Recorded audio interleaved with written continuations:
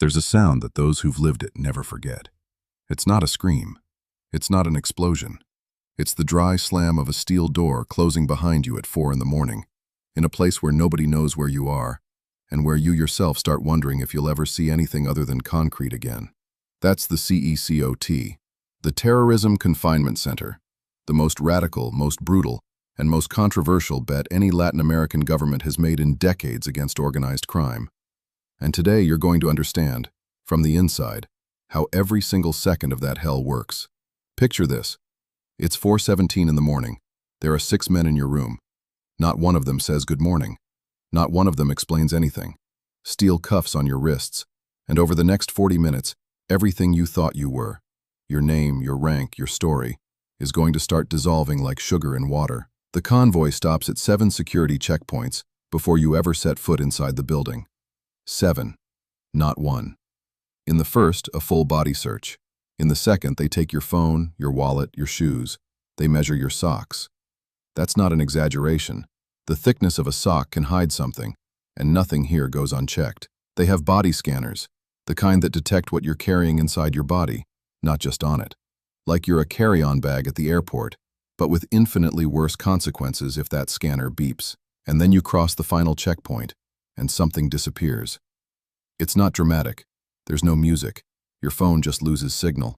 The CECOT is built with frequency jamming technology that blocks all electronic communication within its perimeter. Drones that fly too close lose signal and drop to the ground. In here, there's no internet, no calls, nothing. Your parents don't know where you are. Your friends don't either. And that, strangely enough, is just the lobby. A room designed to hold 32 people. Now put 100 in it. That's the official capacity of each module inside the CECOT. 100 inmates per cell. The bunks are metal, stacked 4 levels high. No mattress. That's not a minor detail or a logistical oversight. It's a decision. You sleep on a cold steel slab, with the sheet they handed you when you walked in, which is officially all your luggage for the next 20, 30, or depending on what you did, 270 years. The lights never go off. Never. Not at night, not in the early hours, not at any point of any day.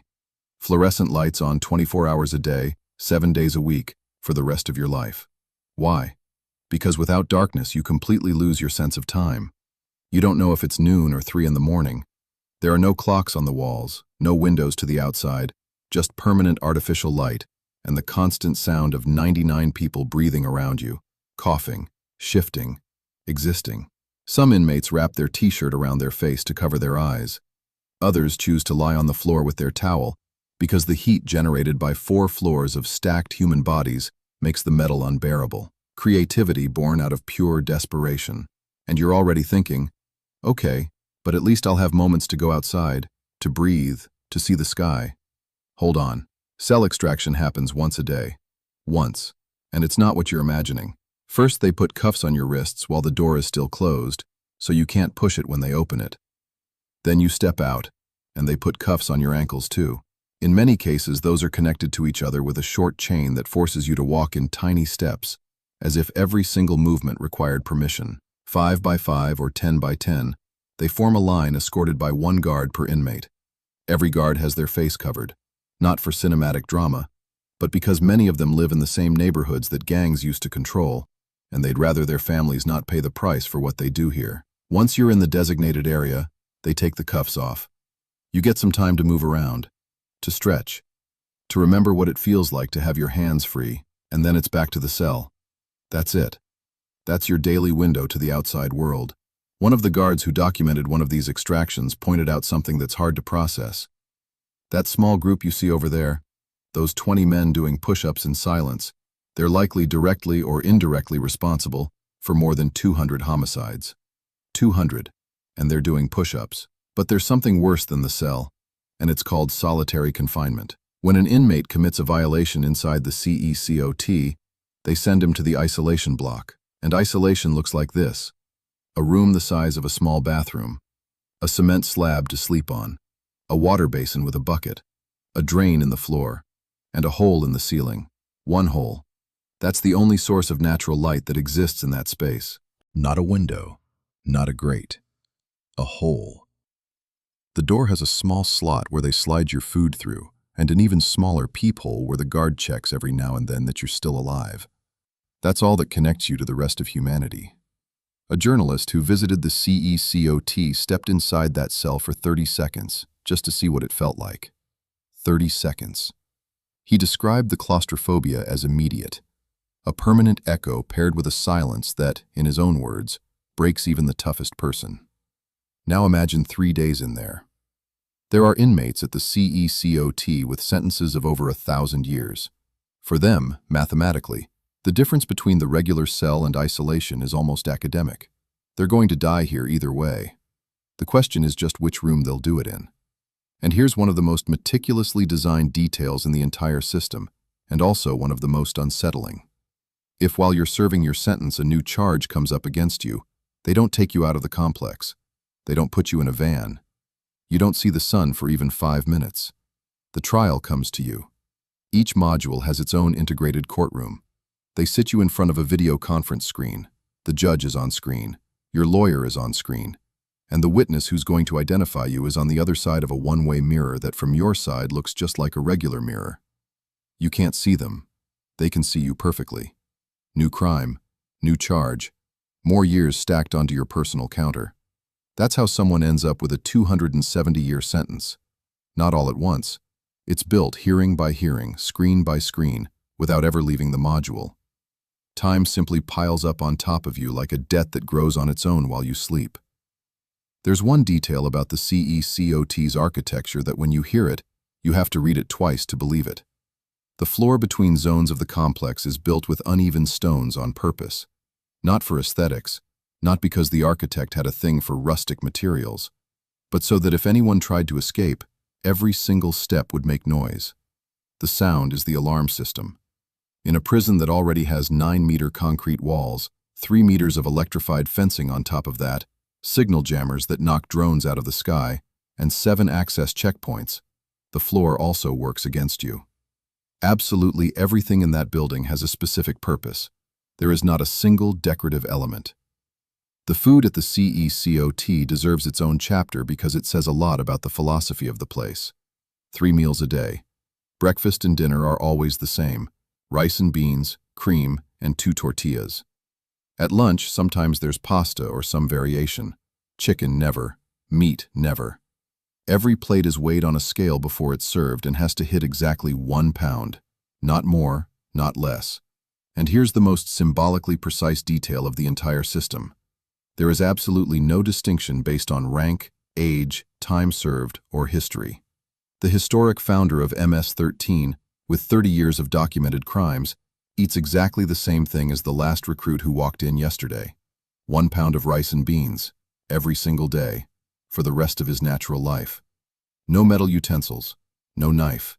Every element of the daily routine is designed to eliminate any possibility that at any point you have something you could use to hurt someone. Inside the CECOT, members of MS-13 and members of the 18th Street Gang live in the same cells. 2 organizations that have massacred each other for decades in El Salvador. Historic enemies. People who spent entire years of their lives specifically trying to eliminate the other side. Now they share a bunk. It's not a logistical accident. It's a deliberate strategic decision. The system mixes them on purpose. The message is clear. In here, your gang doesn't exist. Your identity, your rank, your street reputation, your story, all of that stayed at the door. In here, everyone is the same. A number, an identical uniform. 1 pound of beans a day. Several guards described the tension as palpable at first, but over time, locked in the same space with no way out, no hierarchies to defend, no territory to claim, something happens. Not exactly friendship, but a kind of unspoken survival agreement. A forced peace that Bukele has been showcasing to international media for years. Turns out that when there's no territory to defend, no product to move, and nobody to recruit, the gang war loses a whole lot of its operational purpose. And now comes the most disturbing thing documented inside the CECOT. Not the cells, not the 1,000-year sentences, not the eternal beans, but what the inmates answer when you ask them if they have any regrets. Marvin, 42 years old, founder of an MS-13 cell. 3 years in the CECOT, and a whole lot more ahead of him. When they ask how he got here, Marvin explains it with a calm that's more unsettling than any scream. When he was 18, someone killed his mother. He joined the gang for revenge. The revenge turned into money. The money turned into power. The power turned into routine. And the routine turned into, in his own words, around 30 people dead. He says it just like that, around 30, with the same energy someone would use to describe Monday morning traffic. They ask if he remembers the first one. He says yes. It was a .38 revolver. That at first you get nervous, but that over time it becomes something natural. And then he says the line that leaves you speechless. At first you don't like it, and with time you get used to everything. This man just compared killing people to getting used to prison beans. But the most unsettling part comes next. They ask him, if they gave you your freedom tomorrow, would you go back? And Marvin looks straight at the camera and answers with complete calm. What a man learns never goes away. We'd keep doing the same thing. We'd, plural. He's not just talking about himself. Then there's the other inmate, no full name on camera, 47 years old, went in at 21. When they ask how many people he killed, he answers, I don't remember. There were so many. He's been locked up for 26 years. When they ask how much time he has left, he says, I don't know. When God allows it, I'll get out. This man, who doesn't remember how many people he killed because there were too many, is waiting for God to let him out. And yet, with complete clarity, he has a message for anyone listening. Don't get involved with criminal groups. The consequences are serious, even if they offer you the world. It's all a lie. A man who doesn't remember how many people he killed, giving you life advice from a cell inside the CECOT. Write that down. Let's be straight about this because it deserves to be said plainly. The CECOT works. The statistics are real. El Salvador went from being one of the countries with the highest homicide rates in the world to recording numbers comparable to European nations in less than 3 years. People who used to live in terror, paying extortion money to gangs just to open their business every morning, can now walk through their neighborhood.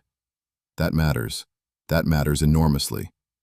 But there's a question the system still hasn't answered. International organizations have documented that among the thousands detained during the state of emergency, there were cases of people arrested without sufficient evidence. People who weren't gang members but had a tattoo, lived in the wrong neighborhood, or were pointed out by someone settling a personal score. That exists, it's documented, and it's not a minor detail. The machine that puts people inside the CECOT operates at impressive speed. The one that releases those who shouldn't be there operates considerably slower. The director of the CECOT knows every module, every protocol, every face. And when asked why El Salvador decided to open its doors to documentary filmmakers and journalists, his answer is straightforward. Because they want it to be seen. Visibility is an integral part of the message. It's not just a prison, it's a public declaration of intent. The message says, if you end up here, you disappear. Not in a dramatic or cinematic way. You simply cease to exist for the outside world. Your phone doesn't work. You can't receive visits. Your hearings are on a screen. Your meals are 1 pound of beans a day, and the entire planet can watch it, because that's precisely what makes it effective. The CECOT contains the Marvins of the world. What nobody has answered yet is whether it ever transforms them. And that question, uncomfortable and wide open, is perhaps the most important one of all.